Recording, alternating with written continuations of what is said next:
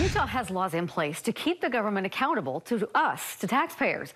But is our government being transparent? Yeah, as more and more Utahns become interested in what lawmakers and officials are up to, some agencies are starting to push back. KSL investigator Daniela Rivera has been tracking the transparency of public records.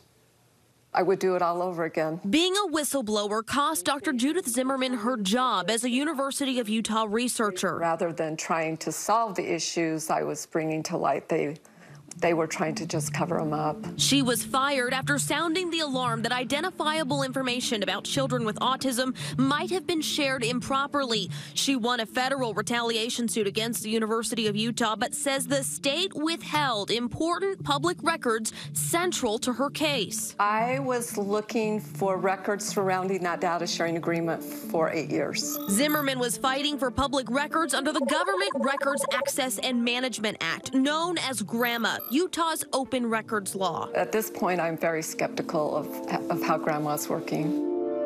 She's not alone. These requests were sent in November of 2020. We still don't have a complete record over a year later. Carl Fisher is with the advocacy group Save Our Canyons. They requested public records from Utah's Department of Transportation, hoping to learn more about an environmental impact study in Little Cottonwood Canyon. But when we spoke to Fisher in mid-December, he said they'd experienced months of delays. It seems to me that the GRAMA law isn't really working for citizens. Every session, year after year, they create more exceptions to public access to records. Utah Attorney Jeff Hunt specializes in First Amendment issues and helped draft GRAMA, but he's watched Utah's legislature repeatedly act to close off more government records from public access. It's really the death of a thousand cuts. I mean, they just keep chipping away at the access. For example, the legislature has exempted certain body-worn camera footage, and just last year, lawmakers added pre-conviction mugshots to the growing list of protected records. I think every year something new is added to the list of protected records. Rosemary Cundiff is Utah's government records ombudsman. Utahns can go to her office for mediation when there's a concern that the government is withholding records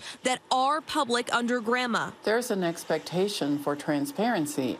Annual reports show they've been busier than ever, seeing a more than 300% increase in consultations since Cundiff's position was created in 2012. People want to know what government's doing. Even when GRAMA makes a record public, the government still has the power to charge citizens for access. Fees can be just as much a barrier to transparency and access as an outright denial of access to the record. I'm going to call the meeting to order. This is the State Records Committee. Utahns can appeal denials in front of the State Records Committee, which has the authority to order a government agency to turn over records. And just like the Ombudsman's office, they've been increasingly busy. The committee saw a 43% jump in appeal hearings from 2019 to 2020, a trend that seemed to hold last year, too. One of those hearings was for the Save Our Canyons effort to get access to UDOT records. The State Records Committee ordered UDOT to turn over the records.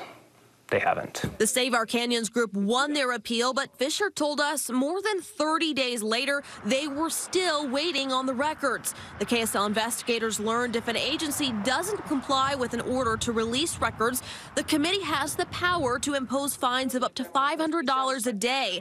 But it hasn't issued a single fine in the last 5 years. Part of me clearly does not want the SRC to be in the business of deciding how to levy fines.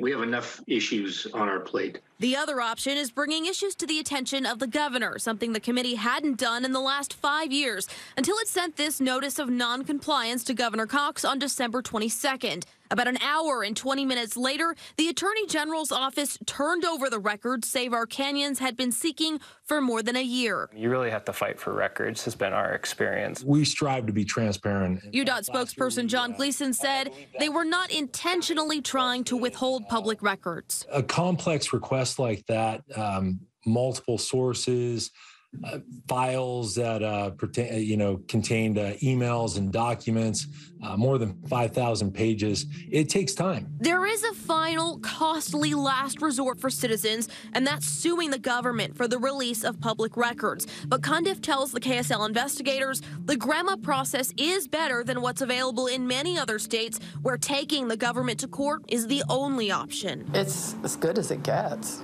really. With multiple new bills now filed to tweak Grandma, Hunt says Utahns should pay attention. It needs to be the media's job and the public's job to remind them that this is an important issue and they should be opening records and making government more transparent, more accountable, not less.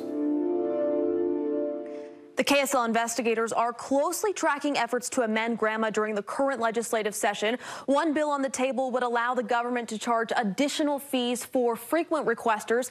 Another would essentially create an honor system when it comes to accessing public officials' texts or emails on a private account by making that person responsible for turning over their own records. Mike and Deanie.